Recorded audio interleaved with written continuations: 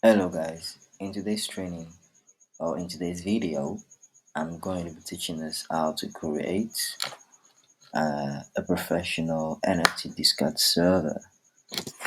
So now this is my Discord server, but to create a Discord server, you need to create like a professional Discord account.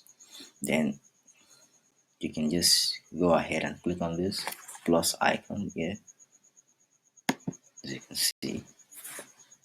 Now create my own. You can click on this. Now you have the opportunity to choose, maybe it's for a club or community or for you and your friends. So preferably you choose the first option. Now this is the name of my account, so I could just give it a name here. I can just say test server and create.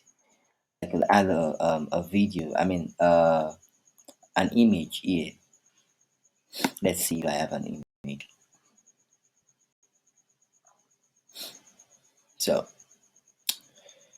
let's see.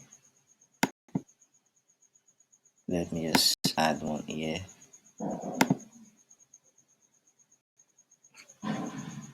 So create.